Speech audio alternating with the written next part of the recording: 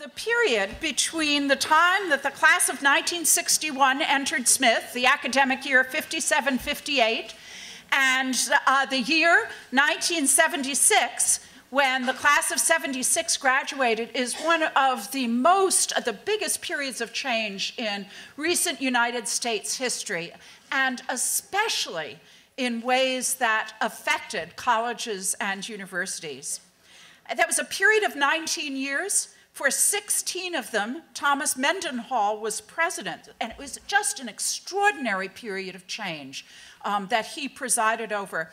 And to start us off, before I call on our panelists, I'm just going to give you a chronology of some of the changes that happened in that period of 19 years. 1957-58, Adam Clayton Powell was on campus to discuss Little Rock, and engagements were still announced on the front page of the Sophia.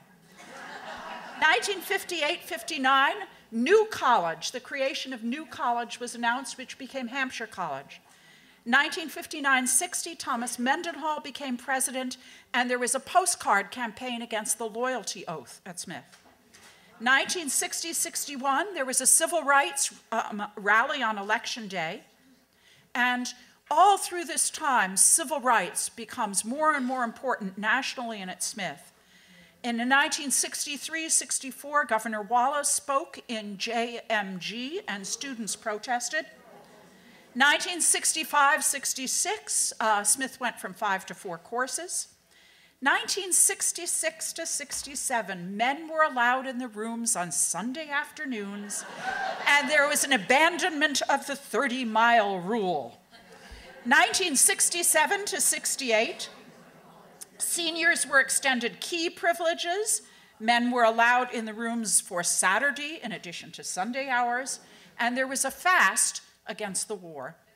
1968-69, men were allowed in the rooms from 10 in the morning till 11 o'clock at night by vote of the House. 280 students applied for 12-college exchange at the time that many of the traditionally male colleges became co-ed. There were a set of demands presented to the college from the BSA, the Black Students Association, and the students made a set of demands for curriculum reform. In 1969-70, Smith moved to self-scheduled exams. There was a lot of protest for peace in Vietnam. Course requirements ended. This was quite a year. Black students occupied buildings at Amherst and made demands at Smith. There was a fast for peace and a spring strike. In 1970-71, Hampshire opened its doors. There was an incident in which a Black Solidarity poster was set on fire, I believe in King's Scales, and recommendations were subsequently made by a committee of 6, faculty committee, and parietals were completely abolished. In 1971-72, there was a vote by the Board of Trustees to keep Smith a woman's college. And there was also a vote by the board to end the system of house mothers. And in 1975-76, Amherst went co-ed. So just some markers in this remarkable 19-year period. I'll just tell you what our plan is for today. First, I'm going to ask each of the panelists in the order of their class to give about a 5-minute account of their experience at Smith, with particular attention to the changes in the 60s and early 70s. Then I'm going to ask a few questions of them and then throw it open to you for questions. So we'll begin with Anne Mollegen Smith, class of 61.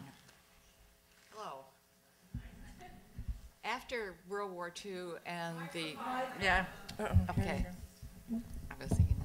Okay, trying again? Okay. After World War II and the Korean conflict, the social message in this country was that a woman's place was in the home and that breadwinning was a man's job.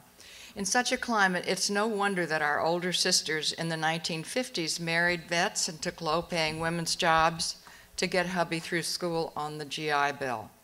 They wanted, or thought they wanted, 4 kids, a Woody station wagon, and a split level in the suburbs. They were the women that Betty Friedan interviewed for The Feminine Mystique, the women who suffered from the problem that has no name. They felt depressed, lonely, unfulfilled, unimportant, but why? They'd married the man in the gray flannel suit or had Mad Men husbands responsible for the family status as well as income. But they became alcoholics or died young of heart attacks at the commuter train station. Or perhaps they divorced, or the wives took Milltowns and became zombies trying to treat their depression, and they lived out the diary of the mad housewife. The pressure to conform and perform was a major issue for men and women of the silent generation of the 50s. Enter the class of 1961. One classmate said at breakfast in Scales yesterday morning that her experience at Smith was much like her mother's class of 35, a sheltered, tranquil time to study and reflect, and go for a few prom weekends, I'm sure. Certainly, some of us came to Smith to prepare for lives of comfortable homemaking and valuable volunteering. But more ambitious women also came here because they couldn't go to Harvard, Yale, or Princeton, or any of the Ivies except Cornell. Such women didn't want to be Big Ten co-eds or go to Radcliffe, Pembroke, or Barnard to secure a future by marrying one of the leaders of tomorrow. It seemed that being at Radcliffe might mean being stuck at not Harvard. Smith stood proudly alone, like Wellesley, Bryn Mawr, and a few others, the very schools that I think Carol Christ named this morning as partners in the new leadership project. Now, as you surely know, Miss Sophia Smith was ashamed of herself when she unexpectedly inherited the family fortune and realized she had no idea what to do with it. So she founded Smith College to give women an education equal to a man's, as she said, not compatible with, not supportive of, but equal to. So I'm going to name some issues of our time that I gathered in reporting, since I am a journalist. Then I'll play back for you some of the voices of 1961. Issue number 1, grad school or not? If so, when? One classmate said, midway through Smith, I became interested in international affairs and economic development, so I went directly to graduate school. I wanted a substantive job, which I didn't think I could get with just a BA.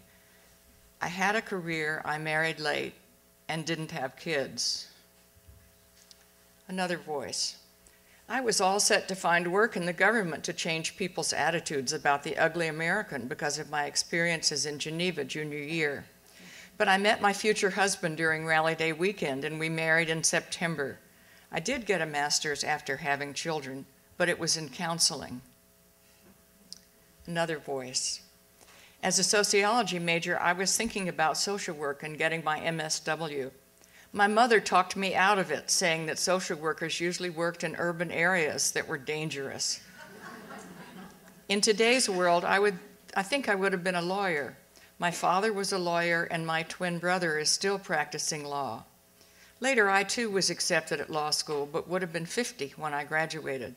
A lawyer friend convinced me that starting out as a new female lawyer at age 50 would be impossibly difficult. Since 2001, I've combined my two interests as a court-appointed special advocate for children who have been removed from their home for abuse or neglect. I represent them in court and am a constant protective presence in their lives while they're in foster homes. It seems to me that this woman may have been given a few lemons in her life, but she has certainly learned to make lemonade. It's worth noting that we were graduated into a job market where women earned about 50 cents on the dollar a man would earn for comparable work. Want ads were commonly listed for men or for women, no crossovers. Our choices were much more limited than many of us knew at the time. Too often it was no women allowed, or it was career versus marriage, or just take a job until kids come. Issue number 2 on campus was an emerging conscience on matters of race, social class, ethnicity, and differentness. One classmate said, a member of the college administration assured my unenlightened parents that though there was no quota for Jewish girls here, they were held down to no more than 20 or 30% of each entering class by controlling the number of girls admitted from New York City.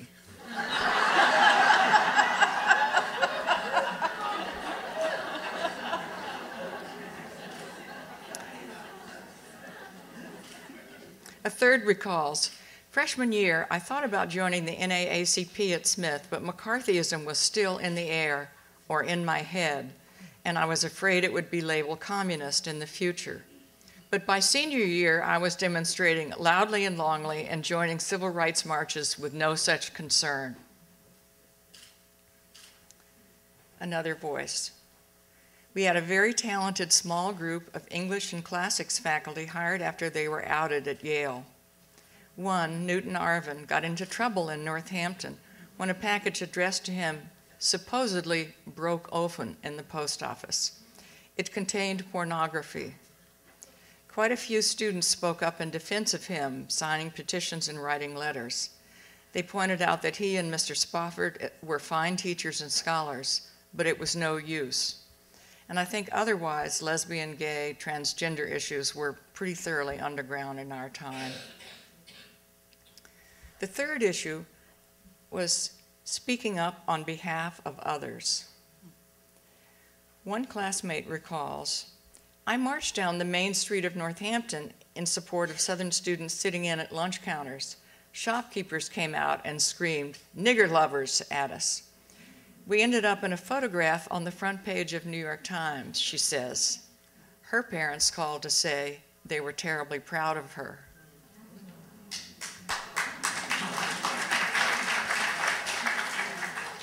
Another recalled, we had a Woolworths in Northampton. I remember demonstrating there to protest segregated lunch counters. The store manager was upset and kept saying, but we don't have a lunch counter.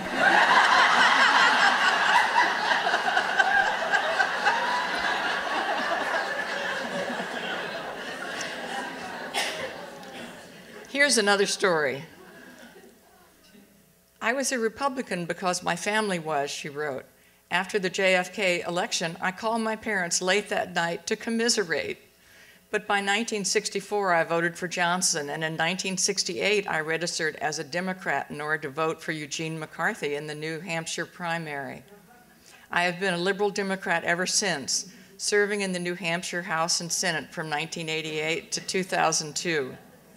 I see now that my Smith education was the foundation of my feminism and my progressive views. I don't recall feeling that I was being groomed to be part of an elite leadership class, but it turns out that I was. The ultimate issue, I think, for a lot of us as individuals was simply how not to get pregnant and what that meant. We certainly graduated a lot of self-identified virgins in 1961.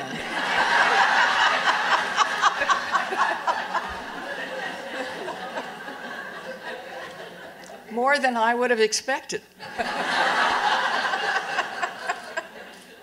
But as a practical matter, many of them were practicing just say no birth control because nothing else in our era really worked, and the prospect of an illegal abortion was horrible. Unwed motherhood was unthinkable. And I'll just add that the birth control pill was approved by the FDA in May of 1960, but it was not widely available for several more years. One classmate recalls, every time I went to the nurse's office, no matter what the presenting complaint, I was always asked the date of my last period. That's funny, and she said, but here is the sad story. A classmate of ours, Debbie Coolidge, was in my house, Comstock. She committed suicide on November 5th, 1957, by hanging herself from a tree near Paradise Pond. The story afterwards was that she came to Smith secretly pregnant, had met with various people on campus, including the chaplain, but never was able to tell them why she was having such a hard time. Apparently, unlike the nurse, they weren't asking the right questions. So to sum up, most of us belong more to the 1950s than the 1960s, wrote one classmate. We seemed on the far edge of a fault line that ruptured shortly after we left Northampton. The plates had been sliding toward a fracture all 4 years with mounting tension, but the actual split came after our time. The publication of Betty Friedan's book in 1963 triggered another earthquake, and so from several directions, a social tsunami was in the making. The next challenge for women was to be learning to speak up for ourselves.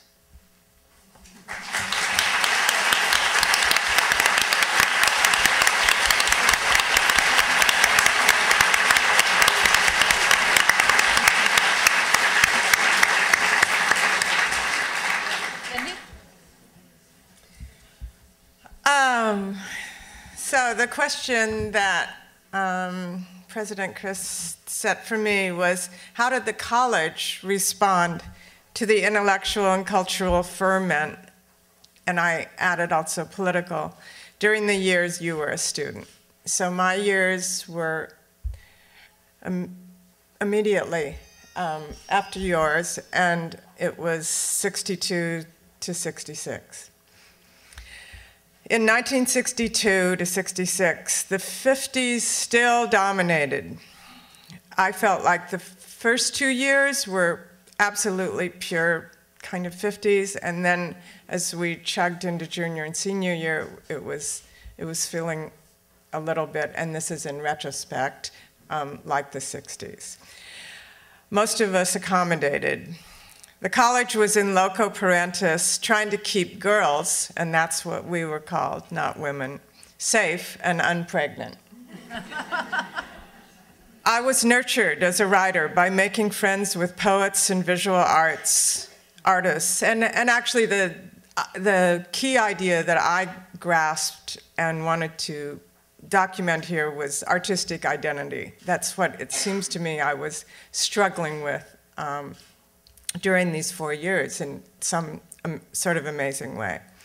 I was nurtured as a writer by making friends with poets and visual artists away from campus who were changing the face of literature and art, inspired by artists from Black Mountain College, Charles Olson, Merce Cunningham in dance, M.C. Richards, the Potter, and poets in New York, many of whom became known as the New York School.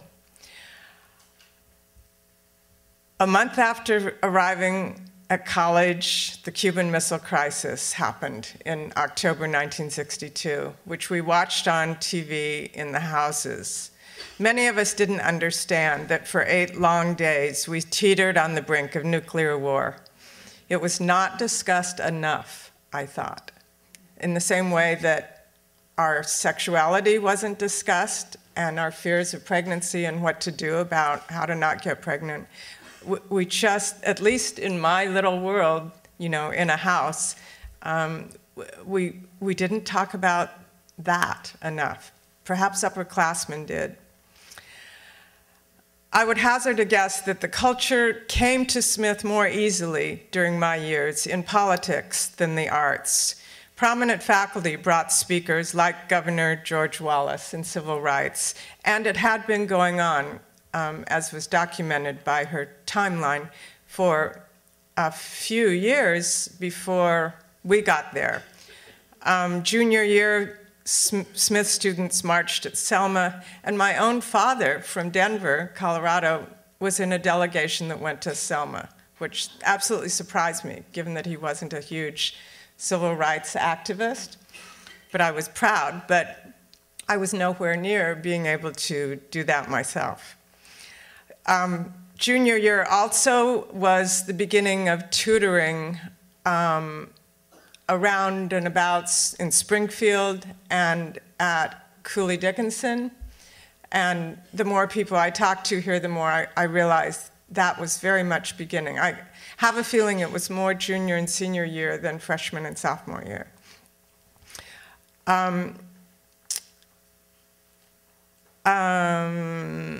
New majors, American Studies, put together by Daniel Aaron, and very interdisciplinary, I realize, and government, was hugely popular. Leo Weinstein was enormously charismatic.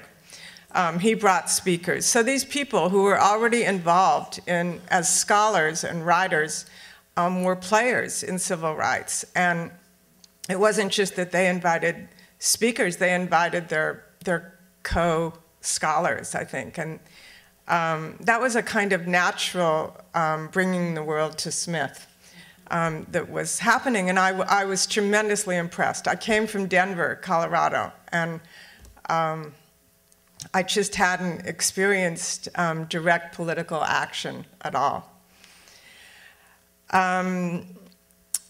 These new majors brought speakers, and I realized also that the formation of government as a tremendously popular major during my years put law school probably in the sights of some of us later. We might not have gone to graduate school right off the bat, right out of Smith, but in our 30s, after maybe getting married, maybe getting divorced, it happened. And I'm very curious as to how many people really did go to law school of our class. Kennedy was assassinated sophomore year, of course. A huge blow. He was absolutely adored. And we wondered and were jumpy about Lyndon Johnson and whether he could handle Vietnam. I remember thinking, oh no, we've got Lyndon Johnson and I'm not so sure he can do this. The departments featuring artistic expression were more conservative. New choreography and playwriting, experimental film, and poetry were exploding in major ways in the 60s, but at least from my perspective in the English department, Smith faculty only allowed teaching the long anointed. We did read Ulysses, and I realized that was pretty experimental, and that was wonderful to be reading it. But when I went away and began to discover poets and came back and wanted them to be taught, I met with complete resistance. But I also realized that in these various different arts, if you were a dance major, perhaps you were hearing more about Judson Dance Theater and Yvonne Rainer, and perhaps you were knowing more than I could know, whether you were. New criticism and academic poetry hung on in the English department. Film was a club, not something you could make. I had trained in ballet in Denver until I was 16, and I was looking for something pretty intense. I needed some kind of art form. I joined an Amherst friend who actually is in the audience and who I ended up marrying. To go to readings and performances, and they were away. They were in Boston, in New York. And I remember hearing Denise Levertov read at Mount Holyoke. So you see, this was the very beginning, our years, of the four-college business. And probably, a few years later, a lot of these problems would have been solved just by four-college interaction, much more. But we did something. In a minute, I'll tell you about that. Junior year, I invited experimental filmmaker Stan Brakhage to show his films at Father's Weekend. President Mendenhall called me into his office to prohibit Brakhage from showing his birth films, which he was very worried would upset the fathers. He didn't actually care about the girls. He cared about the fathers. I said that was a violation of not only academic freedom, but artistic freedom. But I did dutifully and accommodatingly deliver his message in my introduction. Brakhage completely ignored me and went ahead and showed the birth films. The fathers were probably bored with the endless painting on film that obscured the images, but they weren't in the least upset. My sister had been editor 5 years earlier of the Grey Court Review. To me, it looked staid. I didn't want to publish in it, much less work on it. So I joined my friend Richard Grossinger at Amherst and other friends in making an interdisciplinary for-college literary magazine called IO, so that we could publish the new work of these poets that we were meeting, and also, of course, our own work. It was pretty much like taking it into your own hands. And it became important because we took IO with us after graduation. Nobody else was interested in it except Richard and me. And it became, I have to credit Richard more than myself. I was just writing poetry, but he dug in, and I certainly worked with him on it, to make IO a magazine that did become very prominent in the birth of the counterculture. Partly because of the prominent poets that it published, but also partly because of its, refusal to just isolate the literary work in a decorous manner, to mix it with geography and history and visual art and math and science. And also, of course, in the history of the publishing company that we started in 1974, IO was the predecessor of North Atlantic Books, and North Atlantic Books is now a 36-year-old publishing company, and it's distributed by Random House, and it's, it thrived. So it's an unusual history, but it did start here at Smith for me. However, I enjoyed Smith. I adored Smith. I mean, I was basically happy, even though I was struggling academically, to work very hard because I was badly prepared. My private Colorado girls' school hadn't heard of the post-Sputnik buildup in math and science. Too bad. So I didn't have second-year algebra, chemistry, or physics. So guess what I ran into? There were science requirements, and ZO 11 had the Krebs cycle in it. And it commanded a knowledge of basic chemistry. And I just was totally clueless, but wonderfully enough, there was a loving faculty member named Mrs. Langlois, and she tutored me. And we dragged me through that course with probably like a C- or a D or something that was not an F. After freshman year, it got, of course, much better. Sophomore year, I remember riding my bike down to an OB/GYN in very dark, economically depressed Northampton to get a diaphragm. One's sexuality was not spoken about in my years. And so what you would say about that was that the college was not yet, by '66, taking hold of what it did take a hold of right away, I think after me, and it began giving out probably both the pill and diaphragms in the infirmary, which would have been wonderful. No? Okay, well, well, we'll wait. These guys will tell us all about that. Okay. It's also true that gender equality was not in sight.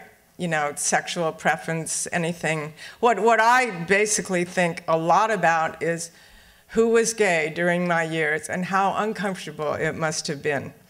How hard it must have been to be gay at Smith then and during all the years before.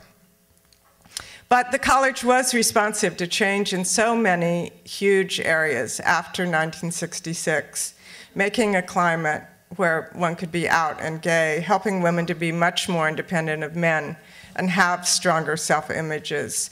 I've always been proud of that, and I benefited enormously from building a very strong foundation in so many things here. I'm proud and pleased that Smith has become as dynamic and impressive an institution as it has. Thanks.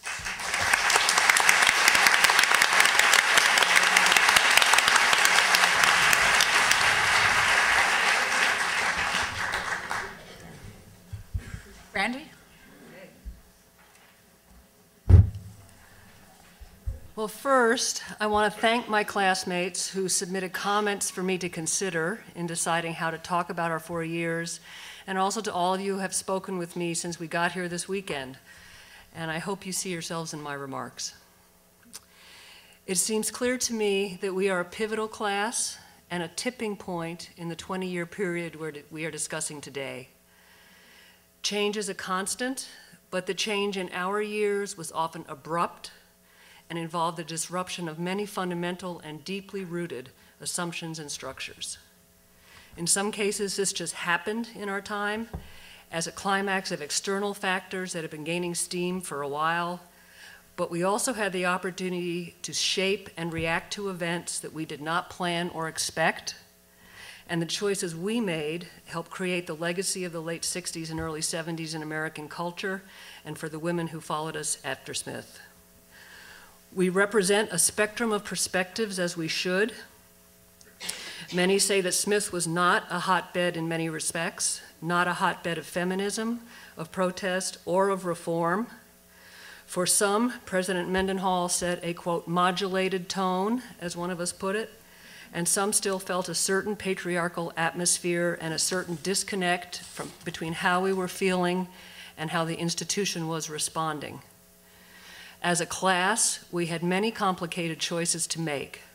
Watershed political choices, the possibility of attending male institutions going co-ed, the option to pursue careers that were much more open to women when we left than when we arrived. I particularly recall how many of our classmates I knew were applying to law school.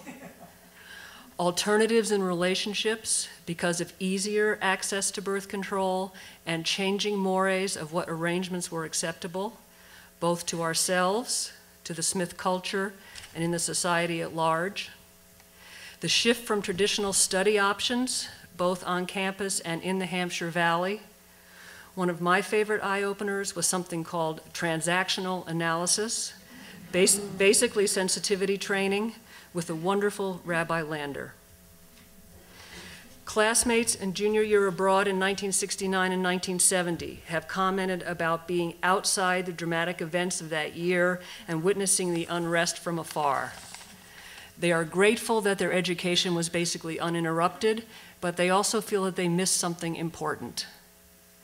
Others of us did choose to disrupt our routine, and it did change our college experience, and we were not necessarily happy about that. Those of us who attended the November 1969 march in Washington, the big Vietnam protest, have vivid experiences of that event. It was not a casual choice, and it did change us. The assassinations of Martin Luther King and Robert Kennedy changed us. Politically, it is remarkable to look back at what coalesced in the country and on campus in a period of 10 days in the spring of 1970. On April 30th, President Nixon announced his decision to invade Cambodia. May 1 through 3 witnessed the trial of the Black Panthers in New Haven, which many saw as a blatant act of social repression. On May 4th, the National Guard killed students at Kent State. On May 5th, there was the call for the National Student Strike. The Smith Student Strike Committee had already issued a statement on May 4th in preparation to join what ultimately numbered 100 institutions. The faculty and administration responded to the strike in an immediate, and I now believe ultimately wise way. They supported, both verbally and tangibly, students being able to make a wide range of choices about how to finish that school year, be it to completely abandon the usual or to finish on time in as normal a way as possible. President Mendenhall staunchly defended to parents and alumni the, quote, freedom of the individual to choose for herself what her highest priorities were at that moment. The faculty supported the strike and the desire of students to, quote, educate themselves. And the Student Strike Committee statement included these words, that the artificial decision between the academic world and that beyond its walls was a luxury we could no longer afford. When I look now at the contemporary emphasis of expanding opportunity at Smith to incorporate the, quote, real world into a Smith education, I believe this modern shift began in our years. I have heard many of us still have questions about our Smith experience, what it meant then and what it means now. Some examples. Did we create any lasting change? Were our concerns just fads which played themselves out? Were Vietnam protests really classist because we did not want our boyfriends to go to war? Are the barriers that still exist for women and minorities now really about prejudice, or more about population, the economy, and the desire of older Americans to hang on to power and scarce resources? Do any of us really believe, do you honestly believe that then or now, Smith would ever invite a conservative speaker to campus or a social conservative onto the faculty? So many of us came to comment on arriving at Smith with the perfectly prescribed wardrobe, only to abandon it completely within a year.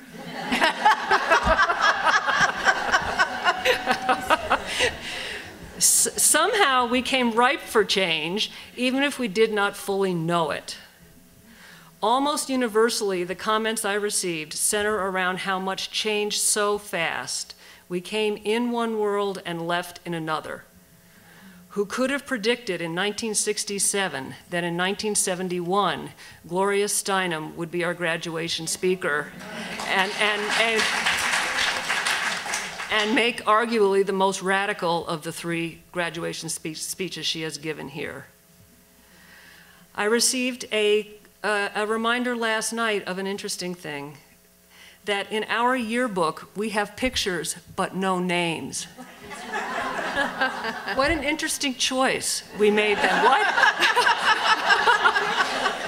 Why did we do that? What did we mean? What were we trying to say? I think that there are still many wonderful things we could discuss and question about our 4 years. But it was a wonderful, wonderful time.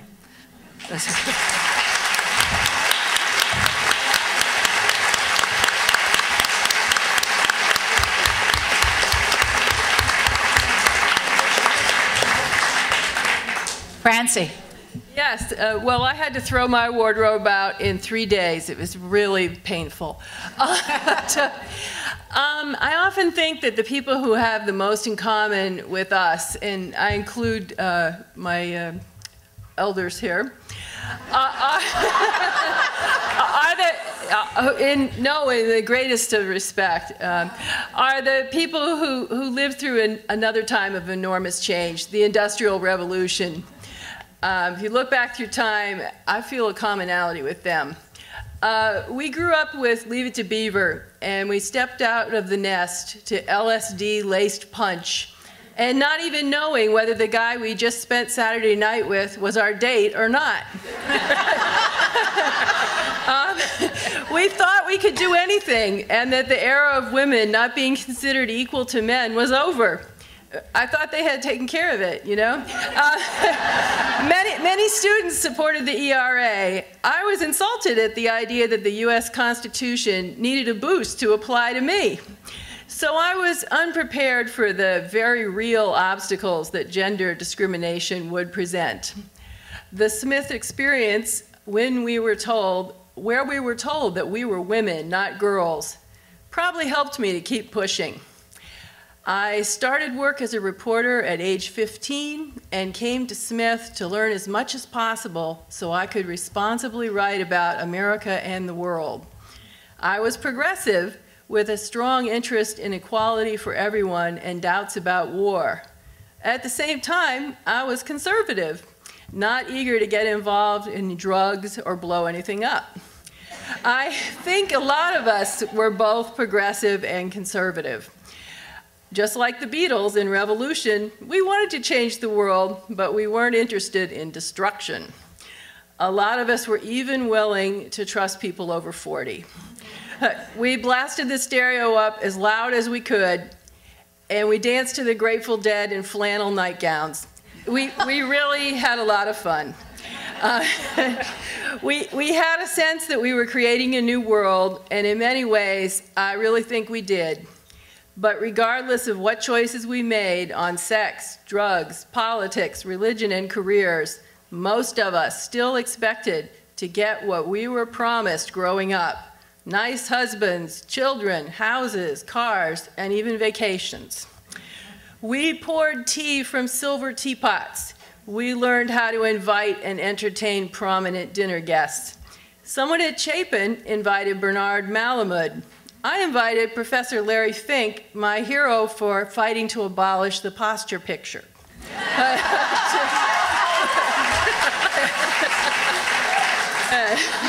I regret that I was not very active politically, but these were strange times, and it was hard to know what to think. We were the first 18-year-olds to be allowed to vote, and that was very exciting. The government said our national security was at stake in Vietnam. George McGovern said it wasn't, and backed the then radical ideas of minimum guaranteed income and legalized abortion.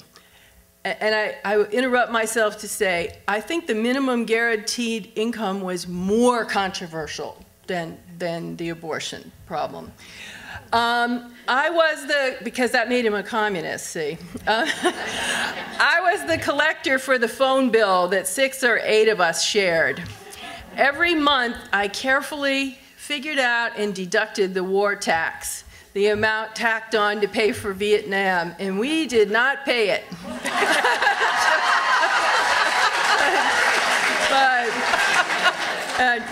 I actually continued that for many, many years. We were shocked at Watergate and talk that some of those arrested had daughters at Smith, Julie Nixon Eisenhower's alma mater. That's what they said. We didn't have Google in those days, so I don't know if it was true or not, but that's what we believed. But it was a few years after the riots, and the Ivy League schools had made a lot of quick changes to be more inclusive. The result was an interesting mix of debutantes, doctors' daughters, and other upper middle class folks, students from faraway rural areas, students who were the first in their family to attend college, people from big city housing developments, and many other different backgrounds. Many of my classmates over the last 2 days have urged me to say that, to mention that there were racial tensions. So I'm not going to speak for them, but I pass that on to be thorough. Some of the professors were wild-haired Marxists, and I was so innocent, they scared me to pieces. And others were very old school. I had one at Amherst who called everyone Mr., except me, I was Miss. Ms. was new and certainly had not caught on. It was quite an education in the many points of view that simultaneously exist as true in our world. And looking back on it, I couldn't have had a better preparation for life as a writer. But.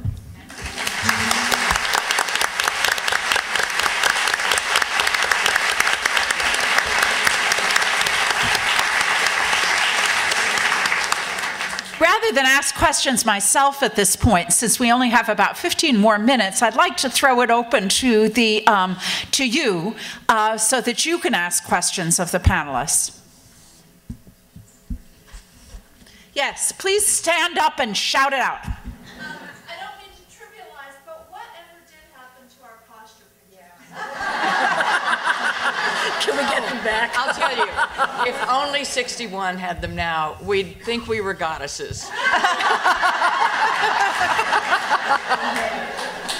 I actually don't know. There was a...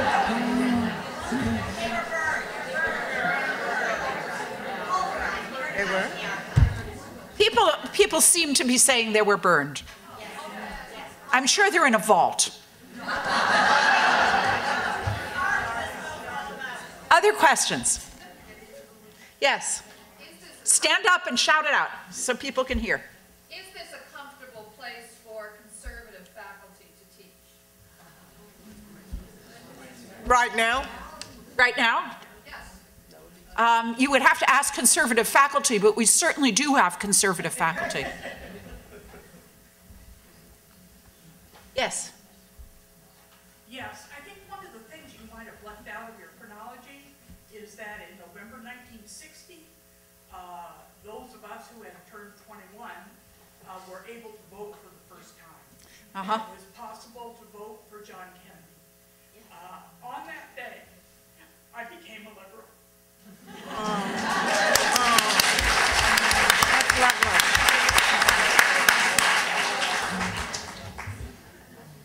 Yes. I was curious, how was George Wallace invited? What was the whole situation? What was the event? I have no idea. Does someone know the answer to that? Yeah, the question was, how was George Wallace invited? Does anybody know the answer? I don't know the answer to that question. Basically, on a whole lot of these things, us students here weren't really able to research many of the things that we talked about. You can research them. The Safayan, I know President Christ looked through the Safayans of all 16 of these years. And I was hazarding a guess that the ties in civil rights were, I don't know, who knows? They probably thought it would be a good idea. But it may have been that Smith didn't invite George Wallace. It may be that he was invited by a community group and they used John M. Green. No, Smith invited him? No?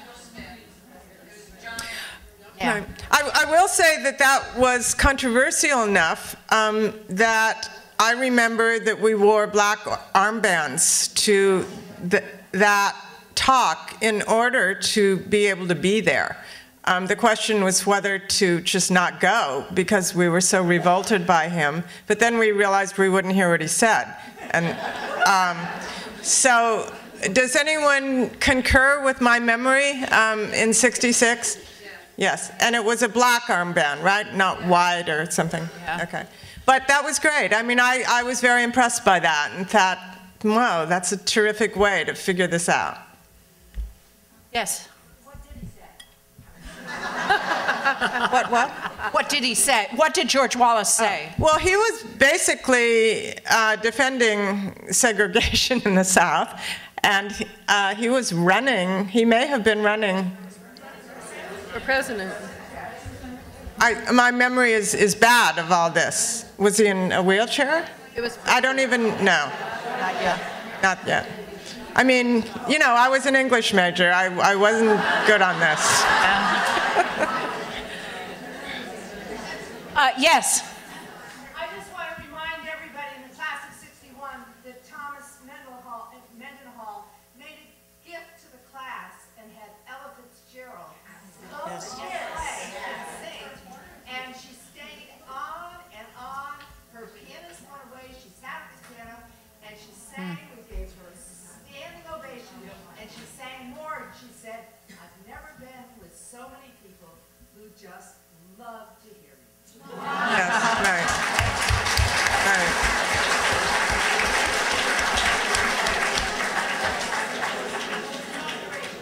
Yeah. In the back. In the class of '76, I wanted to mention that in 1975, we got our first woman president for Smith College. Yeah. Yes. And the first formal dance in 7 years to go along with that centennial ball. So I wanted to remember that. Yes. I would just add that as a member of the class of '66, I didn't go to George Wallace, but I did go to Louis Armstrong and John M. Green. That's wonderful. Yeah, thank you. Yes. Along with setting the record straight, Lindy, there was American Studies as a major before the Probably, what year did it come in? Well, I majored in it in '61. Oh, '61, okay. Yes. Stand up. My mother was a class of '43. She majored in American Studies. And, Wow. and so did I, in class of '71. And about 2 weeks before I started, fall of freshman year, she told me how she didn't know whether it was CIA,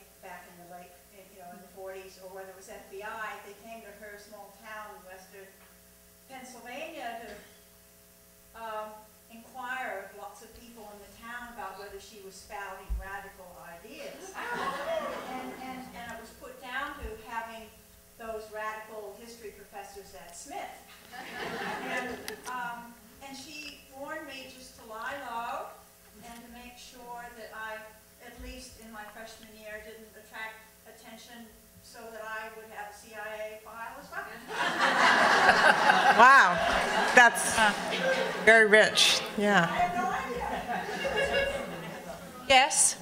I am under the impression that I was correcting if my recollection is wrong, that in either 62 or 63, our chaplain at the time participated in a civil rights protest march and was arrested and in jail. Yes. Yeah. Right. Peabody, Governor Peabody's mother, right? Yeah. Right. Well, this kind of points up that another way to do this would be to get, I mean, when one person starts trying to figure out 4 years, they're only going to see their tiny little piece of the pie. So I think as we have been here this weekend, or these days, we've just gotten so much more information, and it lets you give a slightly different model, perhaps, for something like this, of little groups that would, you know, brainstorm and then present sort of what happened in years. And we also, I think, all understood that any 16-year period would probably be equally interesting before our time and after our time. I'd like to.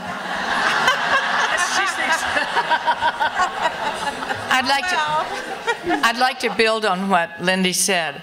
I think each of us who has gone through here carries a kind of crystalline memory of our time here, and we often want to defend it as alumni against change, when we should support the essence of Smith, which has been to lead, to respond, to lead again.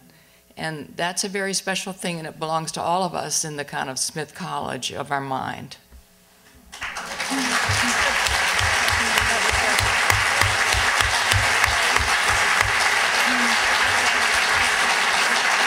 I'd like to ask a question that came up in our phone conversation and in preparing for this, but we haven't talked about.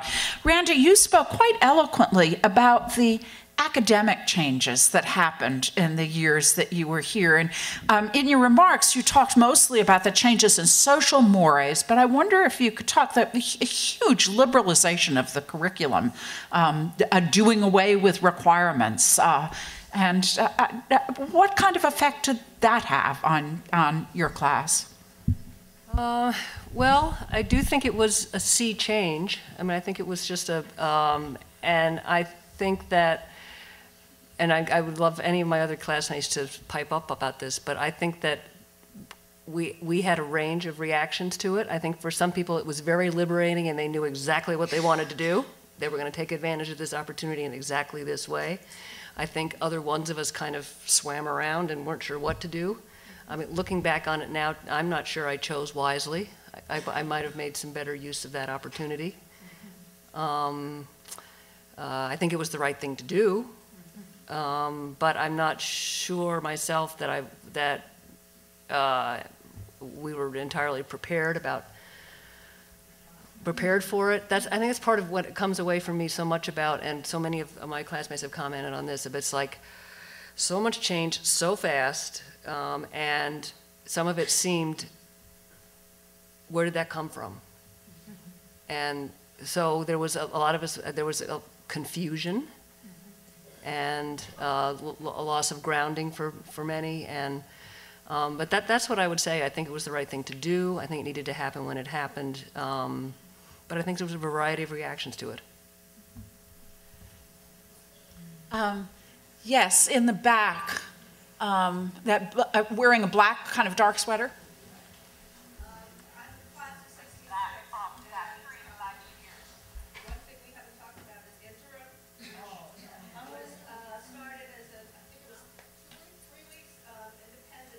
Right. Mostly meant playing bridge and actually on campus, but there was very little structure about it. But also, as far as revolutions and things, we were very sheltered here. I think there were 2 members of SDS, the Hammers. Marijuana was found very rarely. After I graduated, I moved to Berkeley. Fix that problem, right?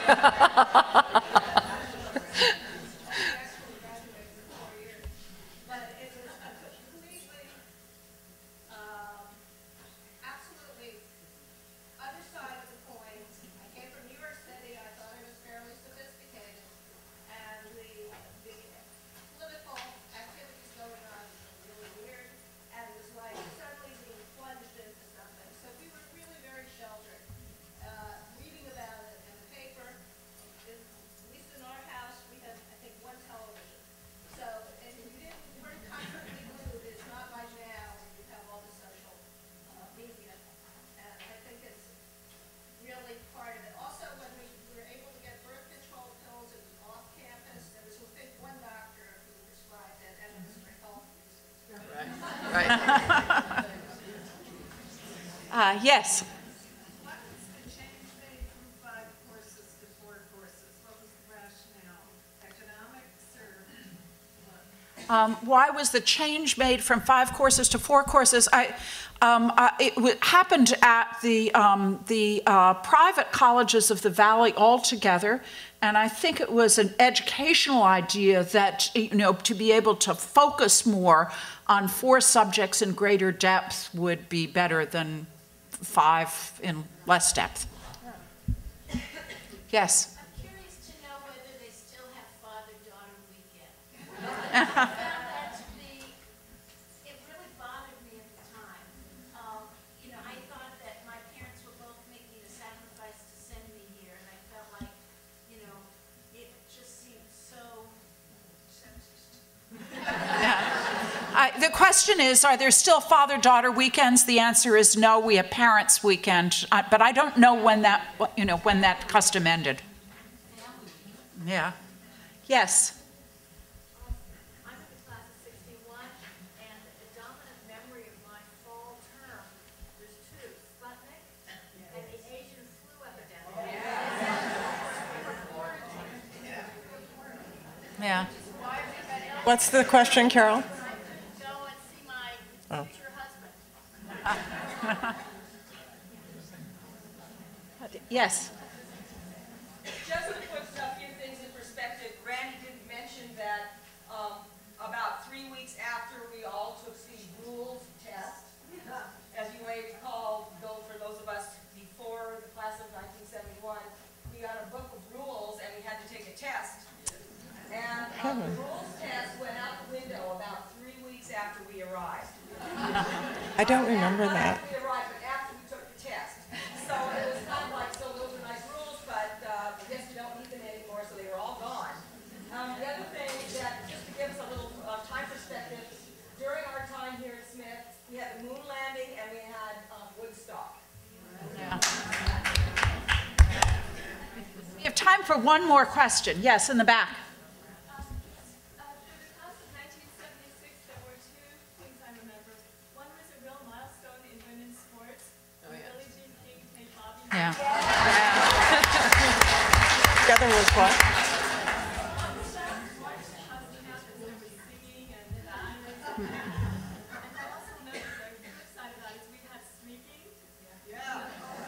Yeah.